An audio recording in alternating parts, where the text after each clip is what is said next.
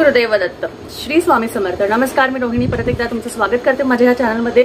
आणि आजच्या व्हिडिओमध्ये आपण बघणार आहोत की बरेचशे वेळेस मी तुम्हाला सांगितलं आहे की कुठलंही शुभ कार्य जर का आपण करणार असो तर आपल्याला मंगल कलशाची स्थापना ही नक्कीच करायला हवी। आणि त्याचबरोबर जर का कुठलं कार्य नसेल तरी सुद्धा आपल्या देवघरात मंगल कलश नक्कीच असायला हवं।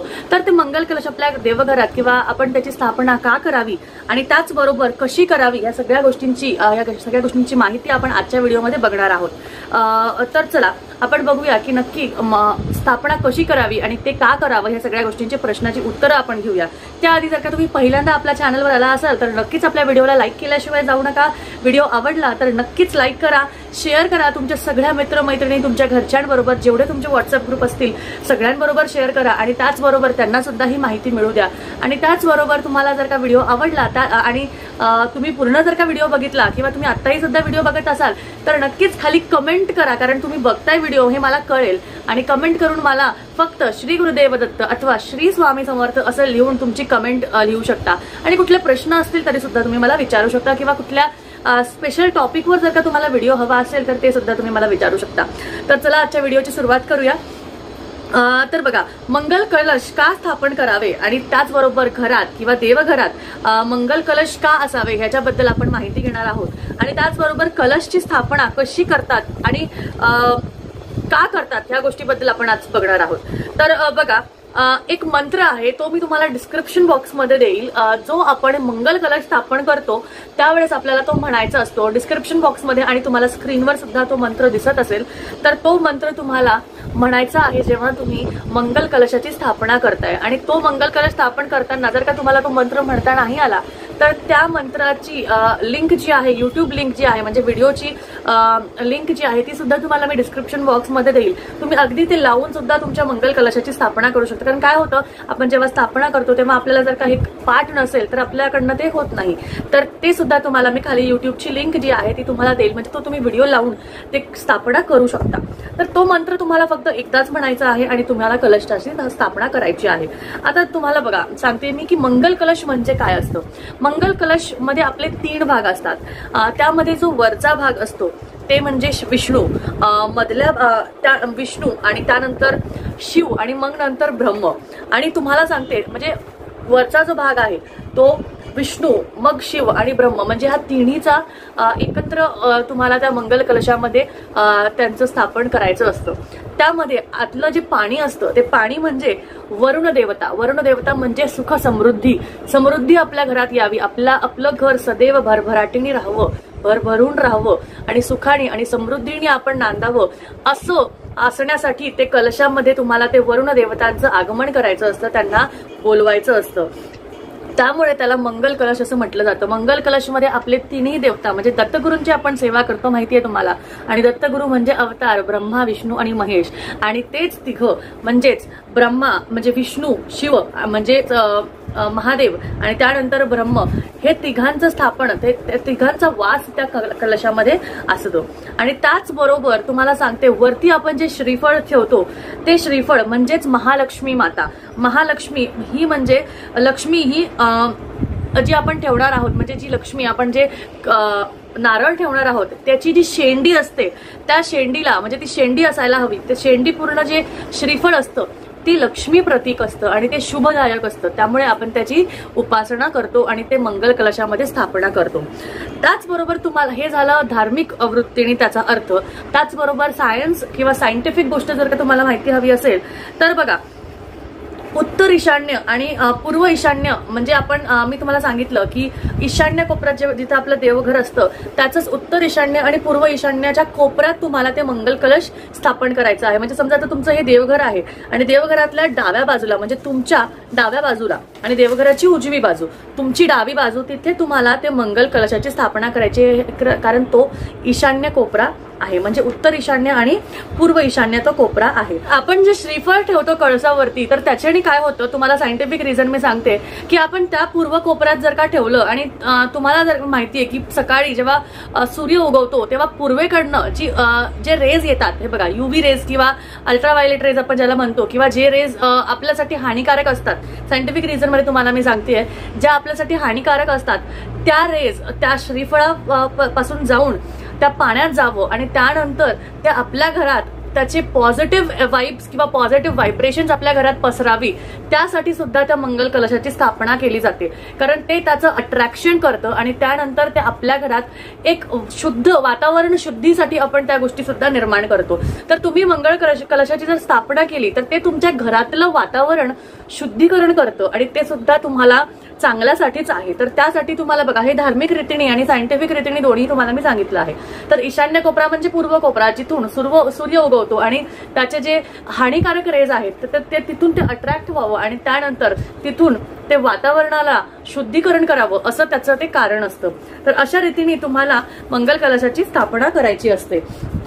त्यानंतर हे जे पाणी आहे ते संपूर्ण वास्तूमध्ये तुमच्या जेव्हा ती पसरते तेव्हा ती तुमची संपूर्ण वास्तू आहे ती शुभ करते आणि त्याचबरोबर ती तुमच्या वास्तूमध्ये एक ऊर्जा क्रिएट करते, एक एनर्जी क्रिएट करते. आणि त्यामुळे तुम्हाला असं वाटतं, तुम्हाला माहितीये का, असं आपल्याला कधी कधी असं वाटतं की घरात कधी कधी खूप असं उदास वाटतं आणि कधी आपण अशी खूप छान गोष्ट किंवा देवाची कुठली अशी गोष्ट केली की आपल्या घरात आपल्याला खूप असं प्रसन्न वाटतं. तर ते सारखं आपल्याला वाटायला हवं आणि ते सदैव आपल्या घरात एक प्रसन्न वातावरण आणि खूप सुंदर वातावरण आपल्याला वाटावं, त्यासाठी मंगल कलशाची स्थापना केली जाते. आणि त्याचबरोबर आपण मंगल कलशाची स्थापना ही शुभ कार्य किंवा सगळं आपल्या घरातलं जे आहे त्यामधले ज्या कुठल्या निगेटिव्ह एनर्जी आहेत त्या त्यामध्ये अट्रॅक्ट व्हाव्या, निगेटिव्ह गोष्टी आहेत, निगेटिव्ह व्हायब्रेशन्स आहेत त्यामध्ये अट्रॅक्ट व्हाव्या, त्यासाठी त्या मंगल कलशाची स्थापना केली जाते. आणि हे सायंटिफिक रिझननी तुम्ही नक्कीच तुमच्या घरात कलशाची स्थापना करून बघा. तुम्हाला नाही थोड्या दिवसांमध्ये त्याचं परिणाम जे आहे किंवा त्याचे जे रिॲक्शन्स आहे ते जाणवले तर तुम्ही मला नक्कीच सांगा. आणि त्याचबरोबर तुम्हाला आता ही स्थापना कधी करायची आहे आणि कशी करायची आहे तर ते तुम्हाला मी सांगते. तर कोणत्याही शुभ दिवशी, शक्यतो गुरुवारी जर का तुम्ही कलशाची स्थापना केली तर नक्कीच चांगलं आहे. किंवा कोणताही शुभ दिवस, जसं गुढीपाडवा आता येणार आहे, त्याचबरोबर पुढचा कुठलाही दिवस जो शुभ आहे त्या दिवशी तुम्ही मंगल कलशाची स्थापना करू शकतात. आता बरेचसे लोक प्रश्न विचारतात की हा आता मंगल कलशाची स्थापना केल्यावर त्या आतलं पाणी आणि त्या गोष्टी आपण कधी बदलाव्या किंवा त्याची पानं, विड्याची पानं आपण जे टाकतो किंवा त्याच्यात आपण मांडतो तर ते आपण कधी बदलावं. तर ते दर तुम्ही पौर्णिमे टू पौर्णिमा किंवा अमावस्या टू अमावस्या असं तुम्ही करू शकता. आता गुढीपाडव्याला जर का समजा तुम्ही केलं आहे तर तुम्ही 15 दिवसांनी ती गोष्ट बदलू शकता. तर दर 15 दिवसांनी किंवा पौर्णिमा ही खूप चांगला दिवस आहे, पौर्णिमेला जर का तुम्ही कलशाची स्थापना केली तर पुढच्या पौर्णिमेला तुम्ही त्याची पानं आणि त्याचं पाणी हे बदलू शकता. नारळ आपल्याला तेव्हा बदलायचा आहे जेव्हा त्याच्यातलं पाणी संपून जाणार आहे. आता तुम्ही बरेचशा वेळेस बघता की नारळ कधी आपण कलशाची स्थापना केली तर नारळ जेव्हा आतमध्ये पाणी असतं आपण असं वाजवून बघतो, तर आपल्याला जेव्हा आतनं पाणी जाणवेल तर तोपर्यंत आपल्याला ते ठेवायचं आहे. तुम्हाला आता वाटतंय की नाही आता आतलं पाणी सुकून गेलेलं आहे किंवा नारळ सुकून गेलेला आहे तर ते तुम्हाला काढून दुसरा बदलायचा आहे. आणि त्याचबरोबर तो नारळ तुम्हाला घरी खायचा आहे, तो घरी फोडून तुम्हाला खायचा आहे. तो अजिबात दारापुढे वगैरे फोडायचा नाहीये. तो तुम्हाला घरी कुठल्याही गोड पदार्थ करून खायचा आहे. बरेचसे जण मी बघते की नारळ जो असतो तो फोडून ठेवतात आणि त्यानंतर ते मसाल्यांमध्ये वापरतात. तर शक्यतो नका वापरू मसाल्यांमध्ये, कारण काय होतं बऱ्याचशा घरात नॉनव्हेज किंवा व्हेज सुद्धा शिजवलं जातं आणि आपण तेच वाटण कधी कधी नॉनव्हेज मध्ये सुद्धा टाकून देतो आणि हे आपल्या लक्षात राहत नाही की ते नारळ नक्की आपल्या म्हणजे देवघरातलं होतं किंवा काय. आपण घाईघाई करण्याच्या ह्याच्यामध्ये ते आपण त्यामध्ये टाकून देतो. तर असं कधीच करू नका. मसाल्याच्या कुठल्याही गोष्टींमध्ये ते नारळ वापरू नका. त्यापासून कुठला तरी गोड शिरा किंवा नारळी भात असं काहीही करून तुम्ही ते वापरू शकता. आता त्याची स्थापना कशी करायची आहे तर तुम्ही देवघरात ते ठेवणार आहात तर देवघरातल्या उत्तर पूर्व आणि त्याचबरोबर उत्तर पूर्व म्हणजे कोपरा, ईशान्य कोपरा बघून तुम्हाला तिथे खाली तांदळाची छोटीशी रास करायची आहे. त्या तांदळाच्या राशीवर हळदी, कुंकू आणि त्याचबरोबर अक्षता व्हायच्या आहे आणि त्यानंतर त्यावर कळस ठेवायचा आहे. आता तुम्ही म्हणाल की खाली तांदूळ पसरून जातील रोज देवपूजा करताना, तर तुम्ही एक डिश घेऊ शकता आणि त्यावर तांदळाची रास करा, त्यावर कळस ठेवा. कळसाला तुम्हाला 5 बोटं लावायची आहे, 5 बोटं ओढायची आहे, खालून वर ओढायची आहे, वरून खाली नाही ओढायची आहे. आणि ह्या बोटाने तुम्हाला अनामिकेच्या बोटाने तुम्हाला खालून वर अशी ओढायची आहे. आणि त्यानंतर त्यावर 5 विड्याची पानं आणि फळ ठेवून त्यावर फूल वाहून, हळदी कुंकू वाहून, अक्षता वाहून, फूल वाहून तुम्हाला त्याची पूजा करायची आहे. आणि ह्या पद्धतीने तुम्हाला तुमचं कलशाची स्थापना करायची आहे। आपण जसं अभिषेक करतो त्या पद्धतीने सुद्धा पाण्याच्या अभिषेकाने सुद्धा बरेचसे जण स्थापना करतात, पण साध्या सोप्या रीतीने तुम्ही असं करू शकता।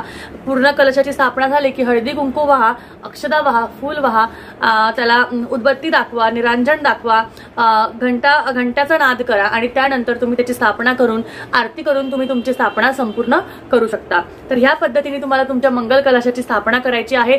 एरवी सुद्धा कुठल्याही पूजेच्या वेळेस सुद्धा स्थापना करताना तुम्ही ह्याच पद्धतीने स्थापना करू शकता आणि कधीही एकापेक्षा जास्ती कलशाची स्थापना करू नका, कारण कसं होतं तेवढ्या गोष्टी आपल्याला पाळल्या गेल्या पाहिजे आणि तेवढ्या गोष्टी झाल्या पाहिजे। आता तुम्ही म्हणाल की जर का ऑलरेडी मंदिरामध्ये आपल्या देवघरामध्ये जर का कलश असेल तर कुठल्याही पूजेमध्ये जर का कलशाची स्थापना होत असेल तर ती चालेल का? तर हो, ती नक्की चालेल, कारण ती एका दिवसाची पूजा असते आणि दुसऱ्या दिवशी आपण त्याचं उद्यापन करत असतो, त्यामुळे पुरती चालते।